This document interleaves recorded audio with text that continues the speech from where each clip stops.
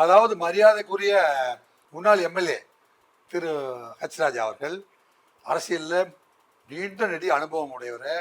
இந்தியாவில் இருக்கிற அனைத்து அரசியல் கட்சி தலைவர்களையுமே வந்து அவர்களை பற்றி பேசுவதும் அவர்களை பற்றி விமர்சனங்களை சொல்லவும் வந்து தயங்காதவர் கூறி அறிவு. ஆனா இப்ப டெல்லி பேலியிடம் அமைதியா இருக்க சொல்லியுமே எச் ராஜா விஜய் விமர்சனம் பண்றாரு. ஆனா பிஜேபியில இருக்கிறவங்க எல்லாம் விஜய் வரவேற்று ஆதரிச்சு பேசுறாங்க. இது என்ன முரண்பட்ட? இல்ல, ஹெச் ராஜாவுக்கு ஆளுமை திறமை இருக்குது அப்படிங்கிறத உணர்ந்துட்டு தான் அவருக்கு ஆளுநர் பதவி கொடுக்குறாங்க. ஓ, அப்ப அந்த கோபம் அண்ணாமலைக்கு இருக்கா? அந்த கோபம் அண்ணாமலை வந்து ஆளுநரா போய் கடைசியோட இதுதான் கடைசின்னு ரிட்டையர்ட் ஆகிறதுக்கு விரும்பல. இவர் வந்து துவக்க நிலையில் இருக்கிறாரு.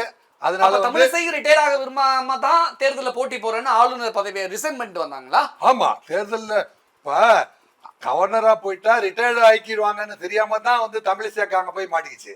ஆனா அது கௌரவமான போஸ்ட், நல்ல இல்லைங்க. அதுக்கு வந்து ஆளுநர் என்பது ஒரு அரசு ஆட்சியவே வந்து சூப்பர்வைஸ் பண்றது. அரசு ஆட்சியவே சூப்பர்வைஸ் பண்ணிட்டு நான் மீண்டும் வந்து கீழே உட்காந்து மந்திரியா போறேன் அப்படின்னு நினைக்கிறதெல்லாம். ஆனா அண்ணாமலை ஆளுநர் ஆக போறாரு, மத்திய அமைச்சர் ஆக போறாலும் பிஜேபியில பேசப்பட்ட விஷயங்கள்லாம் டம்மி ஆயிடுச்சு, அமைதியாயிடுச்சு. இல்ல, அண்ணாமலை வந்து மத்திய அமைச்சரா ஆயிட்டாருன்னா தமிழ்நாட்டுல இருக்கிற 5 ரேசர்ல ஒரு ஆள் நம்ம ரேசர்ல இல்லாம போயிடுவோமோ அப்படிங்கிற பயம் அண்ணாமலை. 5 ரேசர்னு சொல்றத பார்த்தா முதலமைச்சர் வேட்பாளரா சொல்றேன். ஆமா, தனி கட்சி உறுதியா அண்ணாமலை முதலமைச்சர் வேட்பாளர் இந்த 5 பேர்த்துல யாரு அப்படின்னு ஒரு போட்டி வரும்போது ஆளுமை மிக்கவர்கள் யார் அப்படிங்கறதுல வந்து நிக்கிறதுல ஒரு 3 பேர் இருக்காங்க.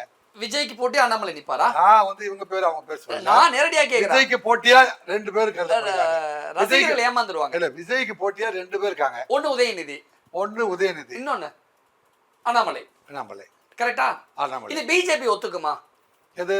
அண்ணாமலை தனி கட்சி ஆரம்பிச்சு விஜய்க்கு எதிராக போட்டியா இருக்குது. ஏன்னா விஜய் எப்படி கூட்டணிக்குள்ள போயிருவாரு. அதாவது நீங்க வந்து விஜய் அரசியலுக்கு வரும்போது திரு மு க ஸ்டாலின் அவர்களிடமும் மரியாதைக்குரிய துணை முதல்வர் திரு உதயநிதி ஸ்டாலின் அவர்களும் இந்த நம்மளை போன்ற ஊடகவியலாளர்கள்லாம் போய் வலிந்து கேட்டார்கள், விஜய் அரசியலுக்கு வருகிறாரு அப்படி கேட்டாங்க.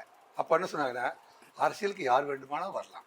என்னங்க இந்த நாடு இல்ல பிஜேபி விடுமா அண்ணாமலை தனி கட்சி ஆரம்பிச்சு விஜய்க்கு போட்டியா நிற்பதற்கு? பிஜேபி அண்ணாமலை வந்து எப்ப அரசியல் பண்ண போறாருங்கிறத கொஞ்சம் புரிஞ்சுக்கங்க.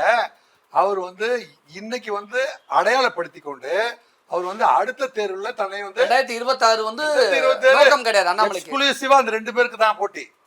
திமுக தாவேகா